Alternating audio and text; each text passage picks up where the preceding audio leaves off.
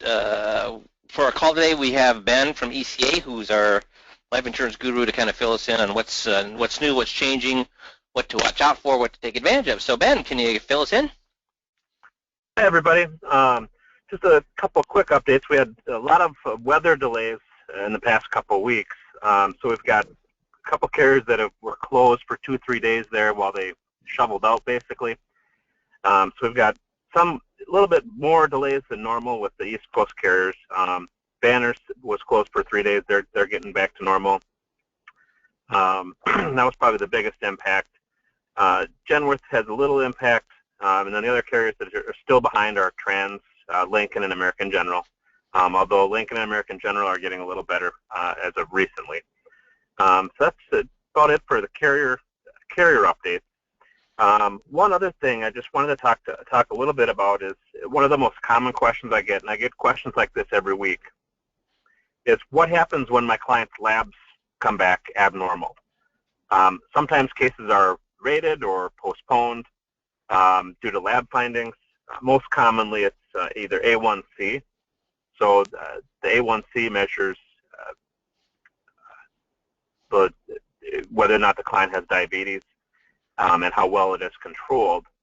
A lot of times, people aren't aware that they have diabetes or pre-diabetic until they have their insurance exams. So that's one of the things I'll talk about is the A1C. Another thing that often comes up is liver function or kidney functions.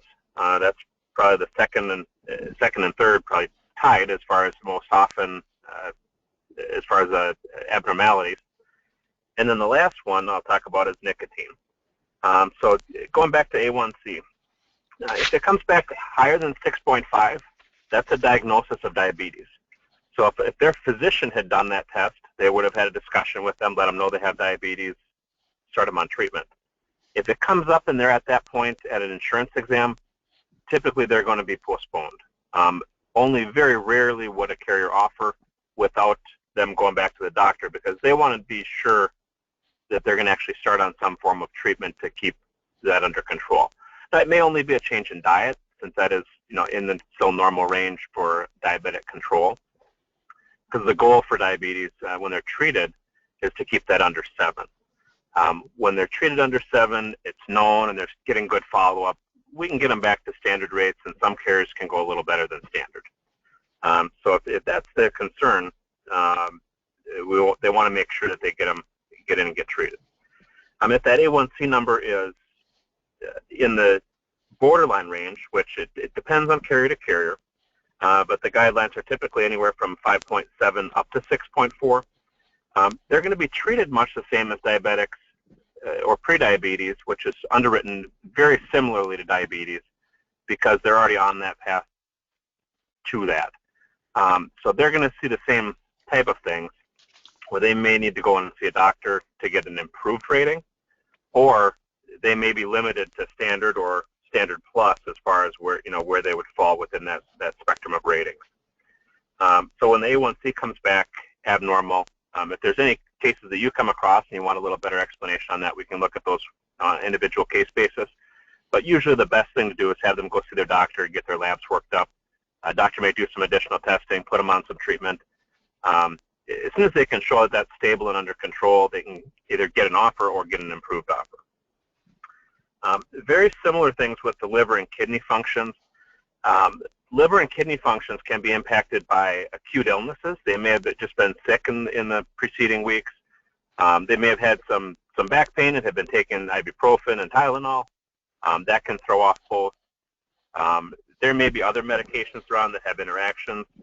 If those come back abnormal, sometimes they can get an offer, but it might be rated. Other times they want to have a doctor evaluate the abnormality and get a workup done. I'd say probably half the time at least, they go back to the doctor, it's normal, and we can move the case on. So I think as you get those cases, the best thing to do is just explain to the client, these come back abnormal. They want a little more testing done. It's good for you to go back to your doctor, get that workup done, make sure it's not anything bad, and just let them know. Normally it's something that works itself out, but it is something that they have to go back and get checked out in order to get the insurance offer. So those, and we have had things come back. It can lead to a diagnosis that's much more severe. We've had a couple of those that I've had to talk to clients on as far as, what to do next and get them to go back for the follow-up. Unfortunately, sometimes that follow-up means you're going to have a diagnosis that's undesirable. Most commonly, probably prostate cancer is, if you have a PSA elevation, well, they go back and doctor recommends biopsy, and they find the cancer. Then you're probably looking at a postpone of a couple of years, but at least that client knows, and they're able to get it taken care of. So if you come across those other abnormalities and have any questions on that, my team and the marketers usually forward things on to me to review when we get those ratings. But if you have any follow-up questions too, don't hesitate to call and we can talk through the case. And I'll be able to give some other options or shed some light on it so you can explain it easier to the client. The last abnormality that comes up, and this one doesn't come up as often, but it's a little more of a problem when it does, and that's positive nicotine. So there's thresholds, and they set the limits, and each carrier has their own limits. So they set it high enough to weed out occasional secondhand smoke. But we have had clients that said, oh, well, yeah, my husband smokes, and I'm buying them all the time. They're retired, so yeah, she's getting a lot of secondhand smoke. Unfortunately, if she gets to positive nicotine, there's really no explaining that. She's getting enough nicotine in the lungs and in the bloodstream that it's going to show up on the labs. That's not good for her smoker status. So when you get cases like that, usually the carrier that you're with, and if it was unadmitted, it's kind of a dead case. They're going to be at nicotine rates. Other carriers can go back and look at other labs that were done in the past 2 years. They don't always do that, though. So sometimes the best thing is just take it with another carrier, explain it, and hope for the best results. If you get those cases, that's something I can work with you on too, and see if there's a way we can explain it or find a carrier that might be able to take it with the information we have. And it just depends on what those specifics are. Now, sometimes it might be that they're on e-cigarettes. Well, we've got Prudential that can take it at non-tobacco rates, so they could get non-smoker plus with Prudential. Same thing with actually anything other than actual regular cigarettes. So if you get those cases with positive nicotine in the labs and it was unadmitted, just call us. We can work with finding a solution for that. That's what I had for today. If there's any questions, I can take them now. Looks like you did a good job. I don't see any questions. Well, I really appreciate it. We're lucky guys to have an expert like Ben to keep us on data, up-to-date stuff, but more importantly, help us when we're writing cases. So make sure you're using that when you come to, against the tough life cases. Appreciate it, Ben. All right. Thanks, Mike. Thanks, everyone. Okay, so what we're going to talk about today is something that I've known about for a long time, but there's been more and more research that has validated it. So I've known about it just like secondhand or intuitively, or just basically analyzing the way people react. But there's been more and more research now that actually say that we are in the post-trust era. So what does that mean, post-trust era? And they found that a lot of when it comes to legal matters, there's been a lot of research on the legal side. There's been a lot of research on the political side. There's been a lot of research on the medical side, and all of them have decided that we live in the post-trust era. Yep, nobody trusts anyone anymore, Jerry. That's right. People don't trust people the way they used to. So how many people pick up hitchhikers anymore? How many door-to-door salesmen are there? I mean, there's all sorts of indicators on that we're in a post-trust era. Look at when they rate Congress. How many people trust Congress? Yeah, I would agree with that, Jeff. Jeff says blame it on Nixon. So actually, no, you're going to find that even though you could blame it on Nixon, actually we were still very trusting in the 70s, very trusting in the 80s, actually even trusting in the 90s. This has been a fairly recent phenomenon in the last 15 years. Yeah, thanks, Al. So here's so I picked up this book, The Language of Trust: Selling Ideas in a World of Skeptics, based on the acclaimed New World Order program. And the New World Order means that people don't trust anybody. So this is the age of mistrust. And why is it the age of mistrust? Why are we in the age of mistrust? So it's not, like I said, it's really a very recent phenomenon in the last 10, 15 years. Bert's got it. See if anybody else gets it.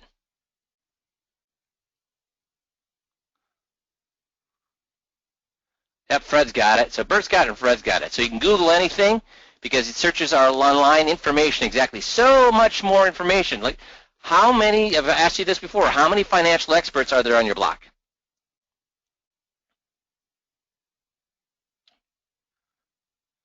How many medical experts are there in your block? So everybody thinks they're what? An expert. So, see, they have lots of information, but what do they not have? They have tons of information. What do they not have? Context, wisdom, exactly, Bruce. So they don't have the training to use it, right, Jeannie? So, but because they have the information, they think they know more than they actually know. So because of that, does that make people more trusting or less trusting? Yeah, less, exactly. So we have to learn to look through, try to get people, see, before we used to get people to look at the world through our eyes. As great salespeople, I've told you this, that I have people on the system now that were making $600,000, $700,000 a year 15 years ago, and today they're struggling to make 200 or 300. So, and it's not because, guys, because there are plenty of people making $1 million a year today. So it's not because things have changed. It's because, well, it's not because the economy's changed. It's not because interest rates have changed. It's not because the stock market's changed. It's because people have changed. So great salespeople used to be able to have the person look through their eyes and see the product the way the salesperson saw it. Is that the case anymore? Yeah, you can still sell people. Absolutely, you can still sell people. But there's a problem with that. What's that?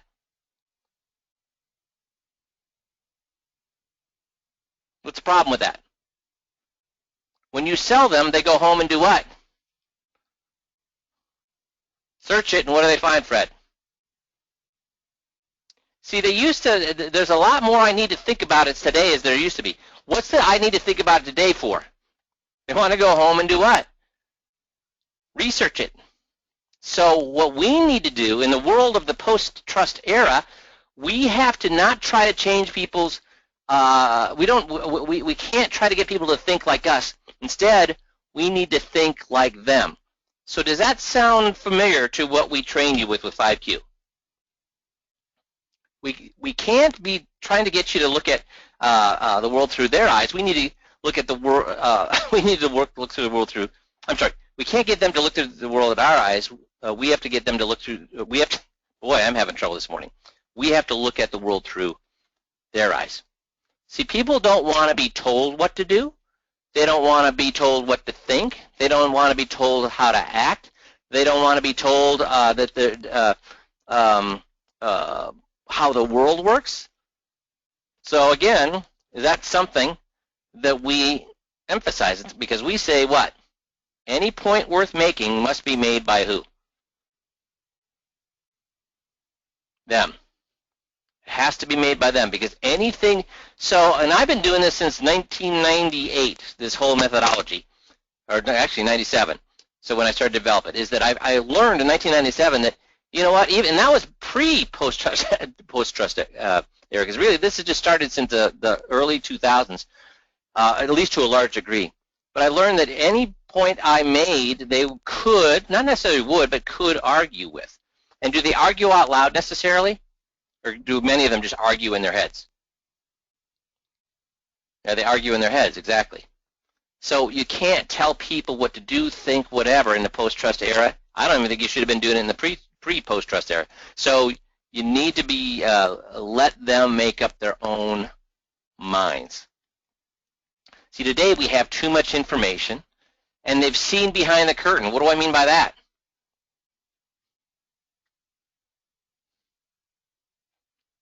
Well, so John says this is, he makes a good point. This is more for the under 65-year-olds than the over 70-year-olds. I will agree with that with one exception. So he's saying that people over 65 or over 70 are more trustful than the people under 65 or 70. I would agree with that, except for one major caveat. What do you think that might be? Who above the age of 65 or 70 is less trustful, more skeptical?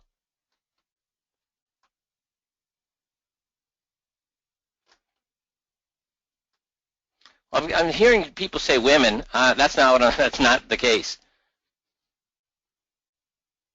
I'm sorry, that's not the case. I think it is. I'm sorry. People saying women, you're absolutely right. I would totally agree with that. But that's not what I'm looking for. Well, do-it-yourselfers, I would say do-it-yourselfers, though, that's from age 20 all the way up to whatever. They're always going to be more skeptical, so I would agree with that, but that's not specific to the people above 65, 70. Person who's had a bad experience, yep, I would agree with that, too. So we've got women, we've got do-it-yourselfers, we've got people with bad experiences.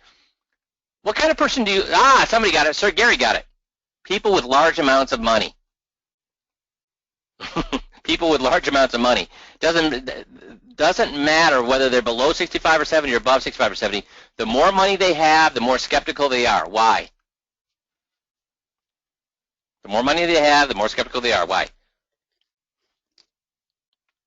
More to lose. That's absolutely right. That's right. More to lose. Here's the other reason. How'd they get all that money? Stupid or smart? Everybody's afraid of getting ripped off, guys. So it's not because they're, you know what? In fact, poor people are more worried about getting ripped off than wealthy people. But wealthy people are more skeptical than poor people. They got the money because they're educated. They got the money because they were successful. They got the money because they've not ever been taken advantage, or they've minimized the amount of times they're being taken advantage of. So push comes to shove, should we ever think, well, you know, I'm going to be worried about people who are untrusting or skeptical below age 65 or 70, and then I'm going to assume everybody above 65 or 70 is going to trust me. Should we ever do that? Or what should we assume? Should assume everybody is what? You know, I've always talked about you go in loaded for what? Go in loaded for bear. You don't go in loaded for squirrel. So I'm going to go in assuming they don't want to work with me. They don't trust me. Am I being negative when I think that? Am I being negative when I go in thinking they don't trust me, they don't want to work with me, they want to stay right where they are? That's right. I'm not being negative. I'm just going in prepared. That's right. Realistic and prepared. And so the people have seen behind the curtain. Now, somebody mentioned Madoff before. I mean, are people able to be scammed nearly as easily as they used to? No, because they've seen scam after scam after scam. Unfortunately, now that has bled into what? I mean, do you guys ever scratch your head? I mean, Jeff and I laugh, because we're thinking, here's the thing.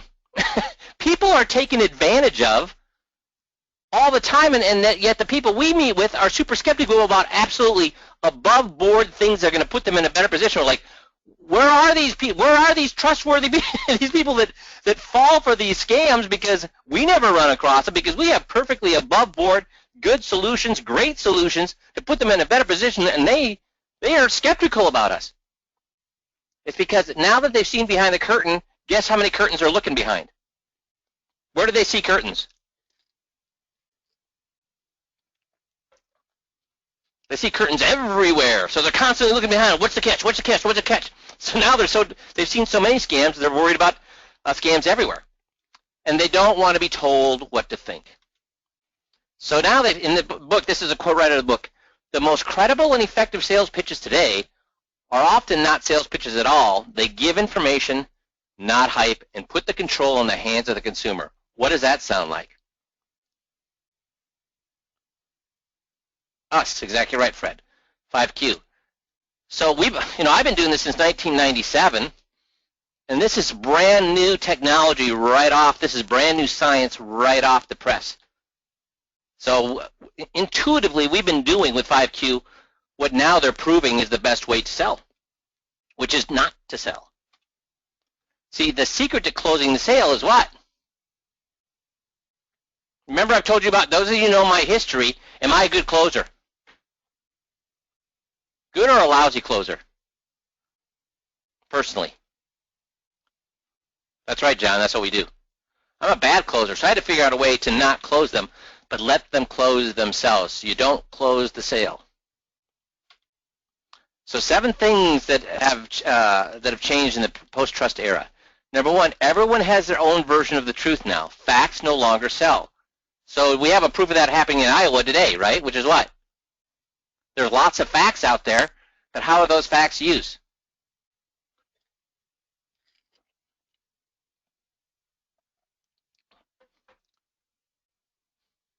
Yeah, basically, I use the facts that support my point of view, and I say all the facts that are supporting your point of view are what?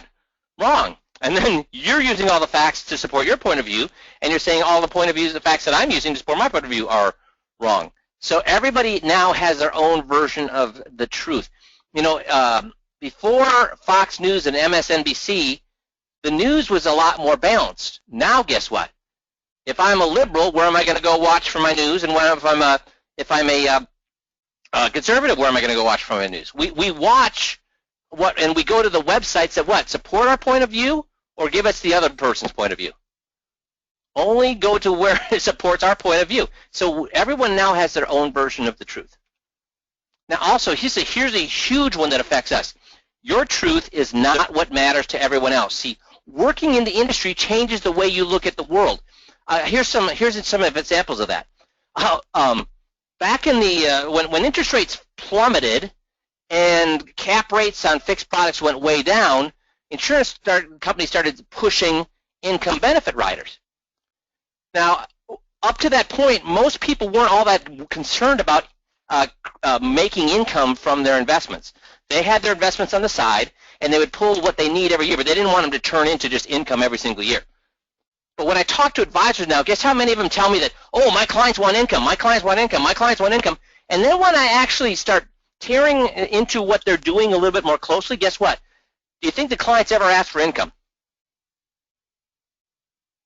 That's right, Kevin. Very few of them ask for income, but then the advisor keeps saying, hey, you want some income? You want some income? You want some income? Well, dude, if somebody walked up to you and said, hey, you want some more income, what would you say? You say, yeah, I want some more income, but that's not really what they want. You've been pushing it because the insurance industry had nothing else to sell except income benefit riders, so they tried to get you convinced that everybody wanted that, but they don't. So you started to look at the world, hey, everybody wants income. No. Some people do. Most people don't. Most people want to make sure that their assets are there and they can pull from the assets when they want it. Now, some people want income, but most people want the assets there, especially the people we want the assets there, and they'll pull from it as needed. What's another way that we look at the world? Well, we think some of us think that everybody should be in guaranteed because you know what, losing money is more important. And hey, I agree with that. And then I got other people saying everybody should be in equities because equities grow over time. I agree with that. Does it really matter though what we think? We need to be able to put ourselves into the client's viewpoint. And what has behavioral science told us about the clients and what they want? What is and what they want something twice as much as another thing. So when we think of growth and we think of safety, what do they want twice as much as the other? What's the thing they want twice as much more of? Yeah, not to lose. Not to lose, not to lose. And yet, what is our industry constantly pushing to people? What's our industry constantly pushing at people? Growth, growth, growth. Why? Because we love growth. That's our thing. We think it's sexy. But when behavioral science tells us that people are, hey, but if you say, hey, do you want growth? What person would be dumb enough to say, no, I don't want growth? So when all you do is say, do you want growth, what does everybody say? Yeah, I want that, I want that, I want that.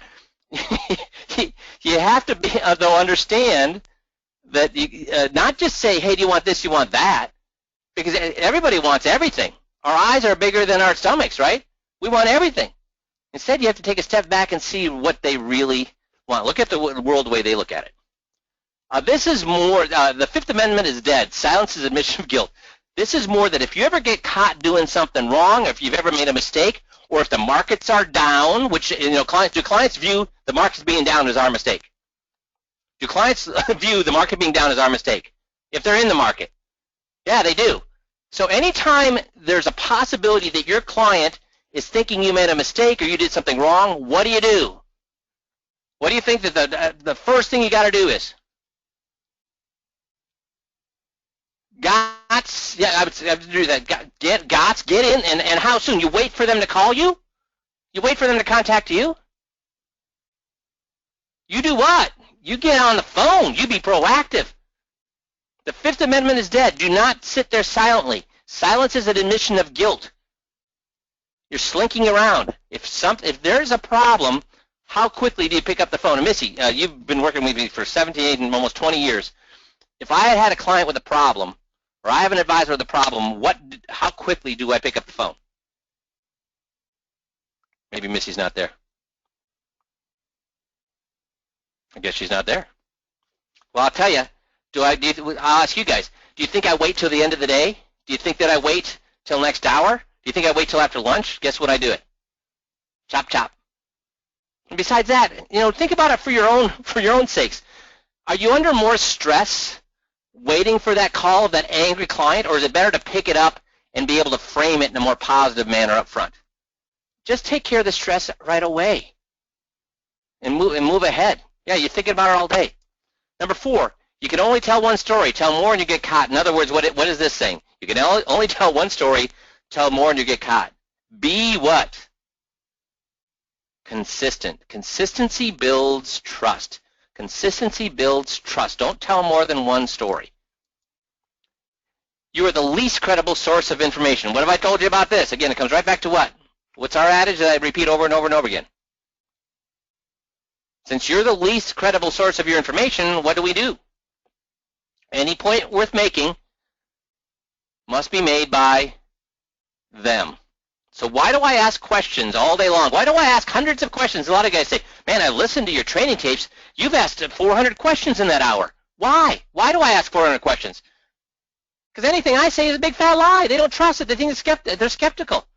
I'm the least credible source for information. So why do I want to give them any information that they're not going to believe? And again, going back to number 2, your truth is not what matters. I know. See, your truth is that you're what? Honest or dishonest? Your truth is that you're helpful or not helpful. Your truth is that you're trying to help them or not trying to help them. Doesn't matter what your truth is. Guess what they believe you? They don't believe you're trying to help them. They think you're trying to sell them. They don't think you're telling the truth. They think you're trying to hoodwink them. They don't think you're trying to. Do you get that? So our truth is worth nothing. We're the least credible source of information. Do you get why we push questions? And of course you have to have guts in order to ask all those questions. Show and tell, but mostly what? Do we ever, so Jeff, can we get you in there? Yep, I'm here. So you bring up at that first agreement meeting, what's one of the reasons that it goes on when people start telling how great they are? Why is that bad? Well, because they don't believe that. They think that you have an agenda. They think that you're trying to get a client. So they're not going to believe anything you say. And the other thing is, the way you do it is you talk about yourself. We talk often about times in the training about AARP did a study where they were asking people, because seniors are often the targets of scams. What are the two, how do you know you're being scammed? And here were the 2 red flags they came up with. They said, if someone's overly familiar. So if they act like they've known you and they're really nice to you and you just met them, you ought to be careful. That's an indicator of fraud. Doesn't mean that they're going to try but you ought to be more careful. And a lot of times when your meetings go long, that's what you're doing. You're trying to be overly familiar, you're trying to get to know them, you're trying to be nice, and they just think, why would you do that? I just met you, but you're pretending like you've known me forever. It's a bad thing. It actually hurts you more than it helps you. And how about when they say something like, my guy hasn't contacted me for 2 years. I mean, he just never contacts me. Should I say, oh, you know what, that's really bad. I can't believe he does that because I contact my clients regularly. I contact them monthly and quarterly. Should I say that? No. I mean, they're just fishing. They're just looking to see what your reaction's going to be. And what do you think their original guy said they were going to do? How often did that original guy say they were going to contact them? Oh, all the time. And what happened? Yeah, I mean, for whatever reason, they don't think that's true or they're fishing. So if they hear it from you, you sound just like the old guy. Which is what? A big fat Yeah, it's a liar. lie. Yep. Thanks, Jeff. So guys, what tool do we have that we don't say that we're different? We don't say that we care. Because here's the problem we're in. We're in the catch-22. That most people, especially people with money, aren't going to work with you until they trust you, but they're not going to trust you until they work with you. It's a catch-22. So they're not going to work with you until they know that you care, but you can't show that you care until they work with you. So what tool do we use in order? That's right, Bob, the 21. That's right, guys. John, Jerry, the 21. It allows us to show that we care before they come on. It allows us to show that we're different before they come on. It builds trust before they come on. And that's where a lot of people are stuck in this catch-22. If they're selling products, they're not going to trust you until they work with you, but they're not going to work with you until you can show that they can trust you. So we get around that with a 21-point checklist. And institutions must stand for something more than just profits. So Molesky, the author of the book, found in the financial industry, the most effective advisors rarely talk about products. They don't talk about equity, investment, annuities. Those words do not come into play. What do they instead talk about? They focus on trust. They focus on trust. So they don't focus on the products, they focus on trust. Who preaches that, guys? And Jeff, do you remember the guy that came to you, the advisor came to you and he was alarmed? And he said, you know what, Jeff, I'm really uncomfortable with the 21-point checklist system. I'm really uncomfortable with the 5Q system because, and you said, well, why? What's the problem? He said, well, they're moving the money and I haven't even shown a product yet. They're moving the money before I even know what I'm going to put them in. What did you tell him?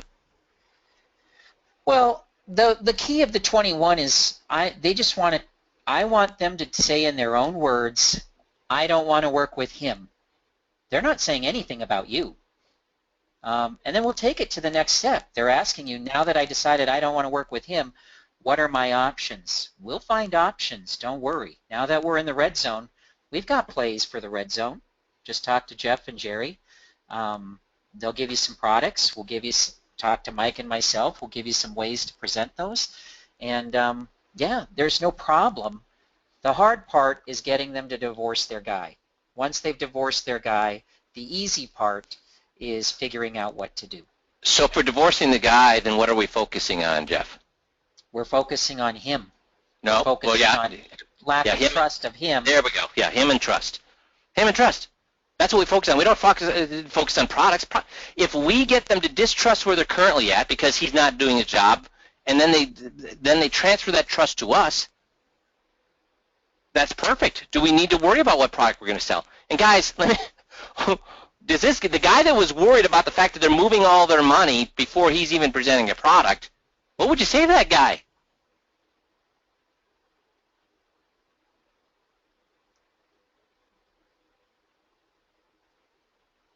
Exactly. That's a good thing or a bad thing? Because they're saying they're not moving. If they say they're moving the product before you even show them a product, what are they saying about you?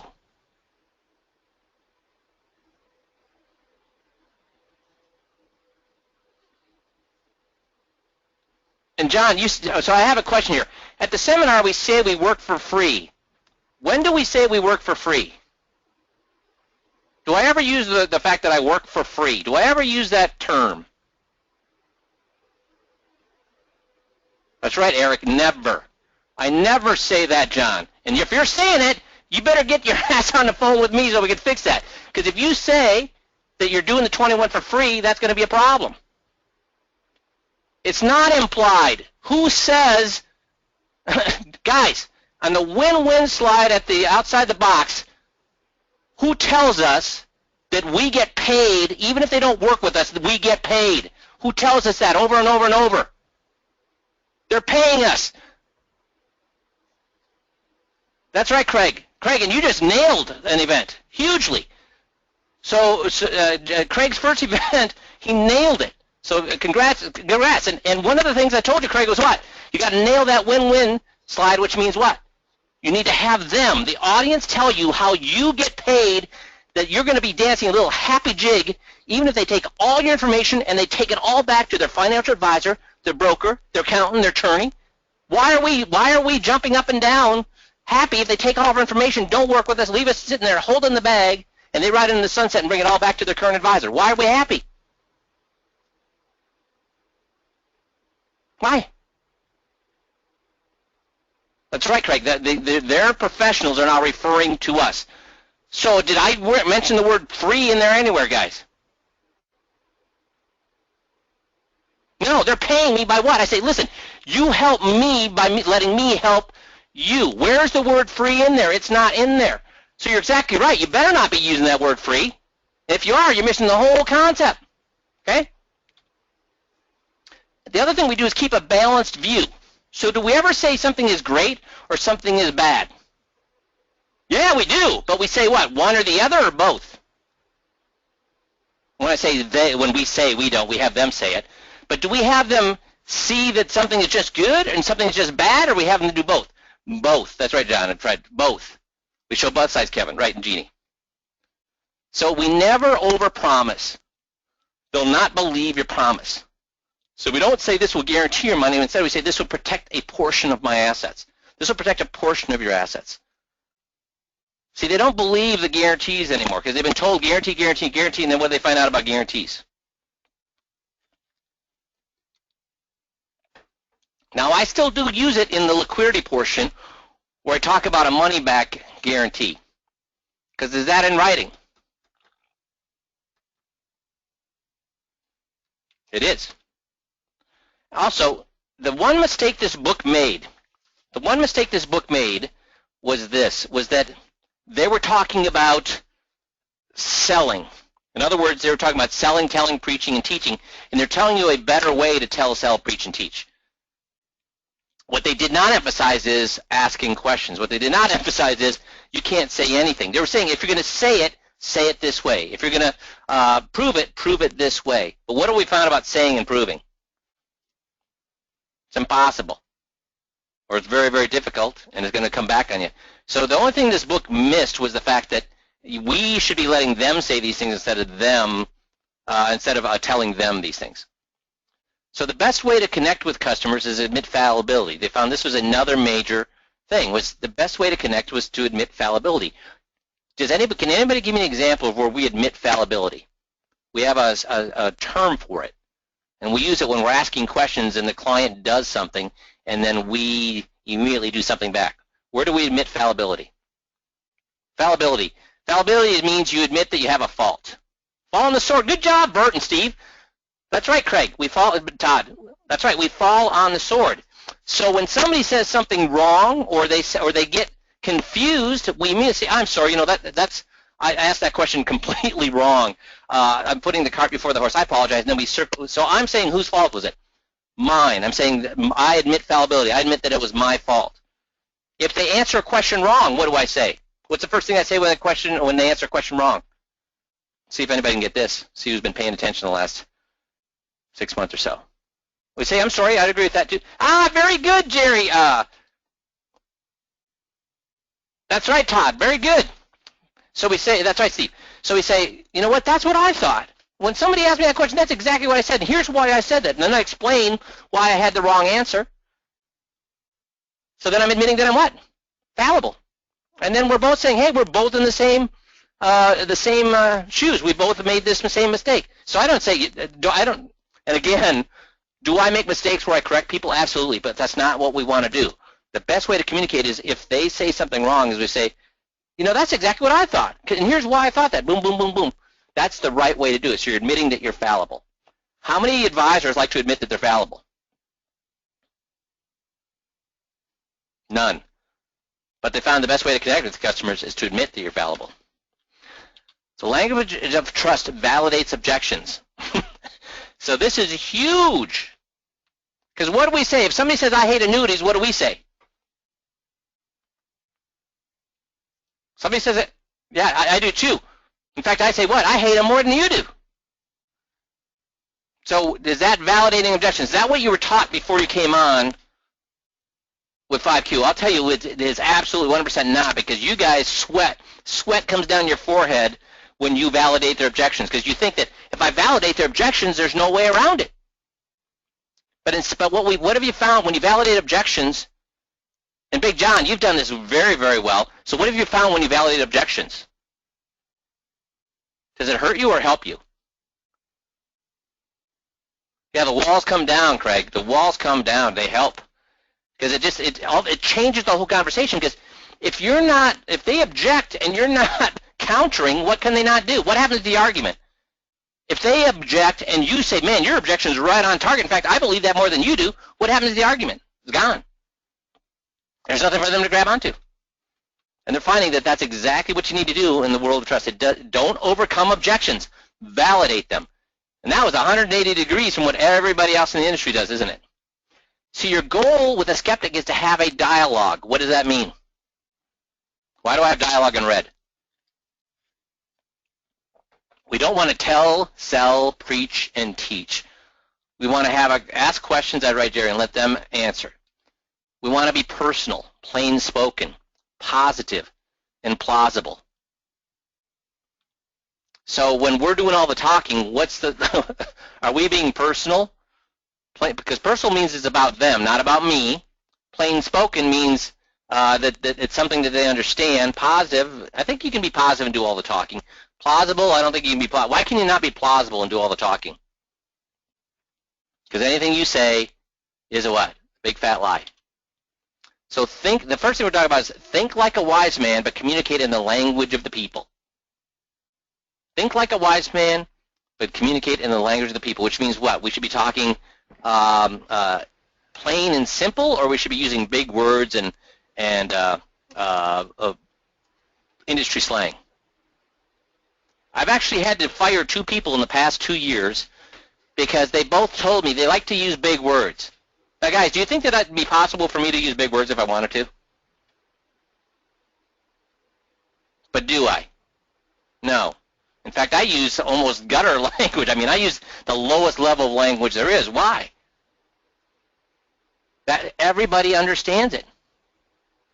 And so both these guys told me they weren't capable of talking, using smaller words. What's that say about how smart they were if they weren't capable of using smaller words? Yeah. So they thought they were smart, but they were really what? Fools. Fools, fools, fools. Think like a wise man, communicate like in the language of people. So plain spoken, if I can't, here's what people think. If I can't understand you, it's your fault, not mine. But, Jeff, have you ever heard somebody say, well, I couldn't ask them questions because they weren't smart enough, they weren't getting it, so I had to tell them? Yeah, I've heard that, and I've heard that a lot. So is that that advisor that says that, is he saying it's the client's fault or his own fault? No, he's saying it's the client's fault. He's blaming the client for not being able to understand him. So what do you tell somebody when they say, I had to tell them because they couldn't, they weren't getting it? I would think if you were that smart that you could figure out a way. That's what I tell my son's teachers when they say, hey, I have to explain it to the class because the kids are too stupid to get it. Then you're not a good teacher. So in other words, it's the teacher's fault, not the kid's fault. Right. And then they say, if I'm confused, I blame you, which we immediately do what, guys? If they're confused, we immediately do what? So they don't blame us. What do? We immediately accept the what? Blame. We fall on the sword. If I have to work hard to understand your message, I'm not going to listen anymore. Guys, that's why when they say yes, a yes is worth what? Because when I don't understand something, guess what I do? I nod, yep, yep, because I don't understand it, but you know what, am I listening anymore to anything you're saying? No, I just completely shut down. I'm just not putting in the effort. And in today's world, how much mental effort will people put into things? See, that's another thing with the post-trust era. How much mental effort would people put into things? Not very much. Plain-spoken guidelines. People don't know what you think they know. People don't know what you think they know, no matter how intelligent they are. So I'll have people tell me, well, I'm working with this. How can I ask him these questions? Because this guy's he's a brilliant attorney. Is this his area of expertise, guys? What we do, is that the attorney's area of expertise? No, it's not. So asking him questions is not a problem. And and the funny thing is, the more intelligent they are, the more they appreciate you asking questions. Why? The more intelligent they are, the more they appreciate you asking questions. Why? Because the more smart they are, the what? The more they want to be smart. The more they want to come up with their own decision. The more they want to make their own, connect their own thoughts. And the great thing about our system too is, will you have to ask if they're really that smart? You're never going to wear them out. It's never going to be too slow, because you'll ask less, or you'll have to ask less questions, because they'll get it what? Sooner. See, the person that we're talking with paces the meeting. If they really get things, I'll still ask hundreds of questions, but the meeting may be done in an hour and a half. If there's somebody who this is more new to them, they're less fluent in what we're talking about, it might take 2 hours, because I'm going to have to ask more questions. So the client themselves tells us how quick to go by answering either getting our questions or not getting our questions. So we'll have to ask smaller and smaller questions. So with people who are really getting it, I can ask them more general questions, and they immediately get it. Snap, they get it. People who don't get it, I'm going to have to ask smaller and smaller questions. So you're never going to go too long, because the client is telling you how fast to go. Does that make sense, or am I speaking Greek there? Does that make sense, or am I speaking Greek? Okay, good. Simple does not always mean short. So am I alarmed when you tell me that your number 2 meeting, your disclosure meeting, your 21 meeting went 3 hours? Am I alarmed? No. It's going to take as long as it takes. Simple does not always mean short. And when you do it right, are clients exhausted at the end of the 3 hours, or are they still fresh as a daisy if you get on their side the whole time? You might be exhausted, but guess what? They're happy as fresh as can be. So be positive. Behavioral financial research has shown that the fear of making the wrong choice is a key driver of inertia in investors. When they don't know what to do, guess what they do? Nothing. So that's why we have them understand at the end of that 21 meeting that they can't trust their guy. We don't try to, because if you try to say, hey, my product is better than your product, has our product been doing okay? Yeah. So if I'm trying to say, hey, my product is better than your product, but your product's already doing okay, guess what? They think, well, I don't know for sure that it's really going to be that much better, so they do nothing. But if I ask them, but if they find out for themselves that their advisor is not to be trusted, guess what? They're moving. How quickly? Now. So be plausible. Don't oversell. Don't be extreme. Find room for other answers. So during the selling presentation, do I ever say that this is the best thing? What we're offering is the best thing. First of all, I never say anything. They say everything. But do we say ours gives you the highest rate of return? Do we say ours is completely liquid? Do we say ours doesn't have any fees? Do we say ours is anything like that? Or do we walk them through all the negative and have them say, you know what? It's a lot less negative than where I'm currently at. There is no perfect investment, exactly. We acknowledge the flaws that everybody believes to exist. We don't try to tell them that what we have is the best thing in the world. What do people who sell money managers try to tell people? They go through, I've heard them. Guys, I've heard you explain your money manager, and guess what you try to tell me? It's the greatest thing that's since sliced bread. That they're the greatest. They've got it figured out. They've got this algorithm. They've got this formula. And it comes back to, guys, if there was really somebody who was really that great, guess what? Would they be working with you? If they were really that great, if your money manager was really that great and had it figured out, would they be working with you? Now, this I need a lot of answers on. Who would they be working with? What would be their minimum account size? So I got 3 no's, so everybody else thinks their money manager is terrific. Not $1 million, Jerry. It'd be 50 million. 50 million. That's the minimum account size for a guy that really knows what he's doing. That's the minimum account size. 100 million? Yeah, I would agree with that too, Gianna. It's not $1 million, so they certainly wouldn't be working with any of our clients, would they, or us? You know, and I didn't get a lot of answers there, so that means there's a lot of people out there licking their wounds, thinking I'm being mean to their money manager. Dudes, that's the way it is. So where are we plausible? Here's an example where we're plausible. During the titling script, we're talking about, why didn't your guy have you fill out this form that would bypass probate? And they say what? I don't know. And what do we say? Well, it's because he did this. He wanted to do this. Do we say that? Or we say, yeah, I don't know either. I mean, I can't read minds. I have no clue why he might not have done this. Is that plausible? Am I acting plausible, or am I like pushing my point of view? And do we do that just at the titling, or do we do that all over the place? We never try to tell them that we got it figured out. We let them figure it out. So we're plausible because we never have a point of view. We let them have their point of view. And their point of view is always, their point of view, is their point of view plausible or not plausible to them?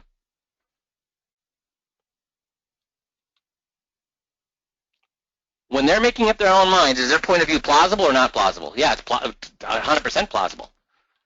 Be personal. Make it relevant to them. Make it tangible. Make it with human stories. Do we do all these things, guys? Make yourself real by speaking like a friend versus a pedagogue. This is exactly what we do, isn't it? It's what we teach you to do. So do we teach to make yourself feel real by speaking like a friend versus a pedagogue? Pedagogue is another word for what? Telling, selling, preaching, teaching. So make yourself feel real by speaking like a friend. And use just enough words. Going too far. Guys, there's a 21-point checklist. Guess what? I have 6 other issues that we could put into the 21-point checklist. Why don't I put those other issues into the 21-point checklist? Because guess what I found out? Enough is enough. Adding an extra one, is it going to hurt us or help us? Hurt us, right. So we have what we have because what we found is in 16 years that the 21 is what? It's the Goldilocks. Not too hot, not too cold, but just right. So here's some examples of bad words. Managing market risk versus good words. Making sure you can share in the gains while reducing your downside risk. Immediate versus long-term. React versus strategic. Dream retirement is horrible. Comfortable retirement is okay. Why is dream retirement horrible versus comfortable retirement okay? Why is financial freedom horrible versus financial security okay? It's not what? It's a dream, right, Fred? It's not over-promising. It's realistic, right, guys? Exactly.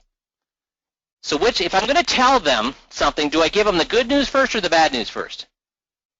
This is when I was reading the chapter on this. Aha, see, you're all getting the wrong answer. So think about this. You're all saying bad. You actually give them the good news first. Which do we do first in the 21? When I'm talking about titling, I say, hey, I see that you have a joint with rights to survivorship here, JT. And then we talk about how bad it is or how that's a good thing. That's a good thing, exactly. Then we go into the bad. With the power of attorney, we say, hey, we see you have power of attorney. That's a good thing. The bad. With the VA script, do we tell them that the VA is bad, or first do we go over all the good things it is?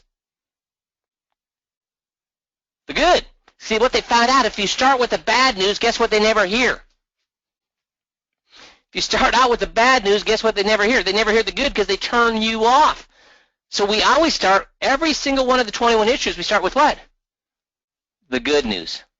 Make sense? So again, intuitively, we're doing things that now science tells us is absolutely right.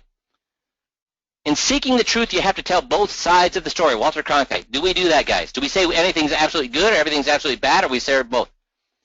In the post-trust era, you first need to engage. So in order for them to listen to you, you need to first get them to listen.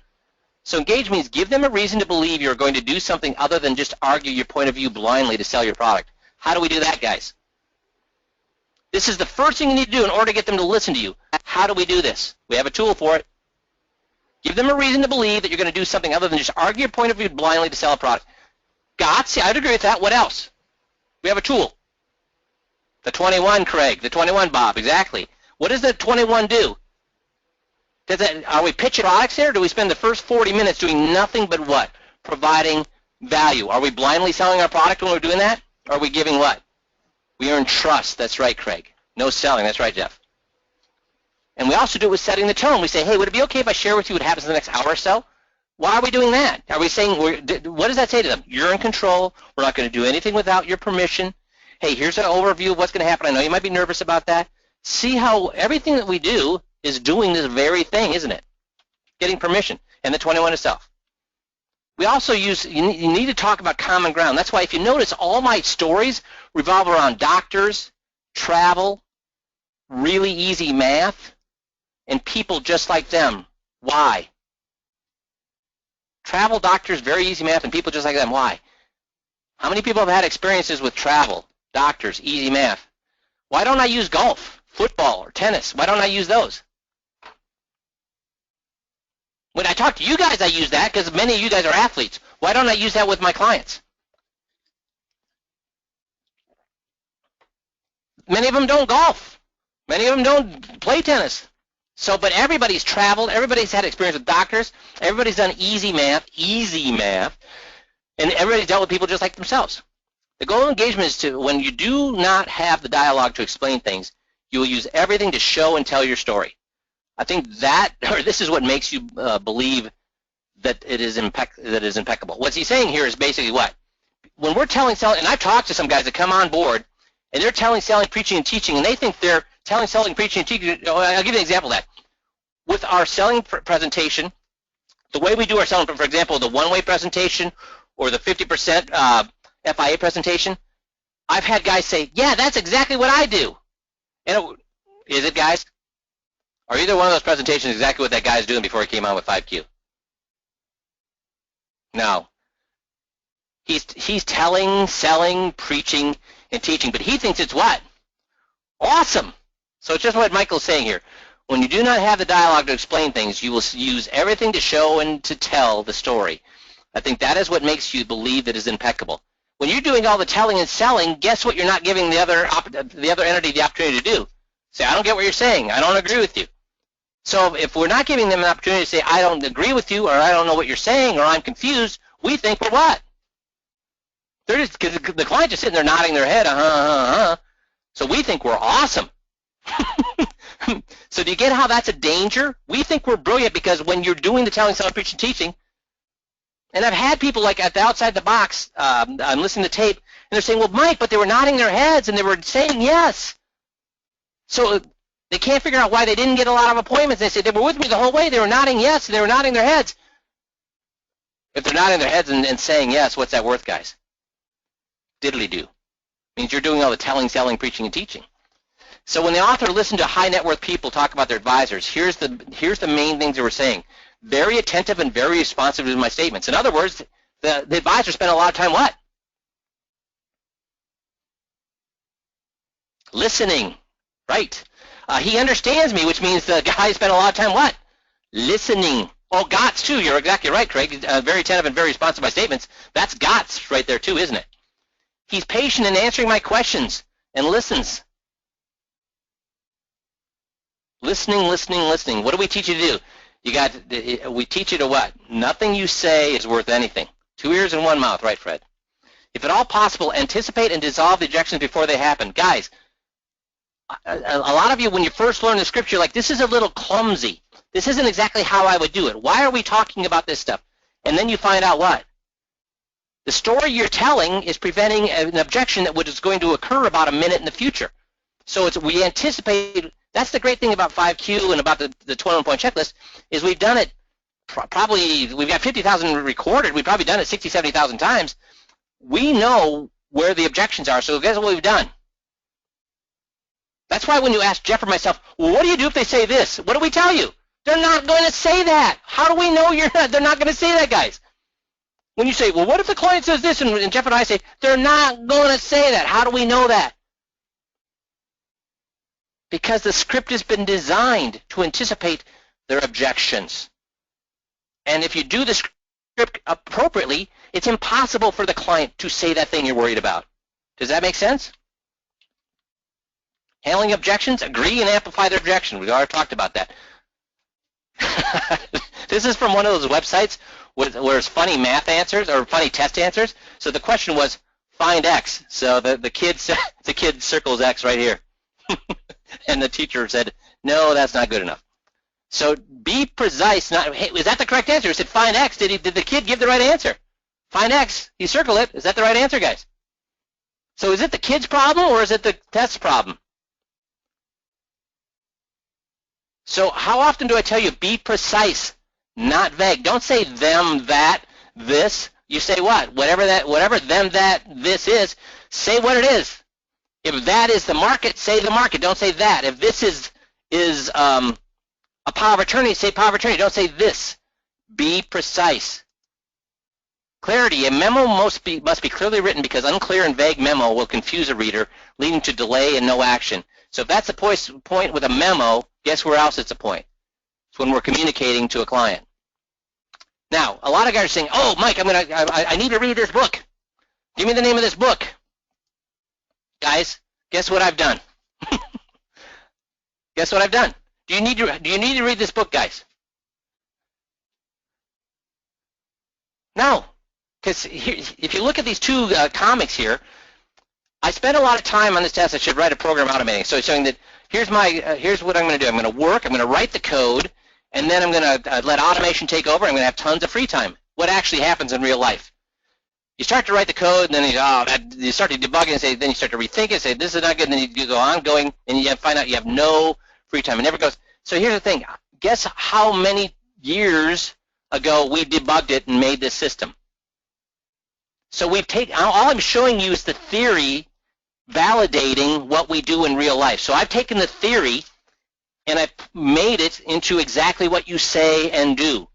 So don't worry about the theory until you're how good at doing the things we're asking you to do. I mean, I spent 17 years doing this, so you don't have to do that. So and the book gets one thing wrong, as I said. Any point worth making must be made by them. The book missed this completely, probably because that is a difficult or easy skill. Asking questions and getting on the other side, is that a difficult or easy skill? That's a tough skill. So the whole book was about how to communicate, how to tell them in a manner that would work better. We're saying don't even tell them anything. Let the client tell you everything. You don't need to worry about any of these points. So if you have free time, should you be reading this book? And don't get me wrong, I love books. As you can tell, I read books all the time. I read a book a week just on our business. But if you got free time, yes, memorize. That's right, Jeff. Memorize the 21. The more you practice, the better you get. And until you're making $1 million a year, guess where I want you spending your time? Anytime that you're working on the business, guess where I want you studying the time? That's right, on the 21, the 21, the 21. Seem fair? But ain't nobody got time for that, guys. You've heard my fireman story. There's no reason for anybody in the system to have a fireman who I paid $200,000 to learn this system over 2 weeks for that guy to be better than you. You have all the advantages on him, and he's only going to make $200,000. If you do the 21 right, how much money will you make over the coming years? $200,000? How much money will you make over the coming years? Yeah, $200,000 is a pittance of what you can make. Millions, millions, millions. You make $1 million in a year if you want. You multiply that by how many years you're going to be working.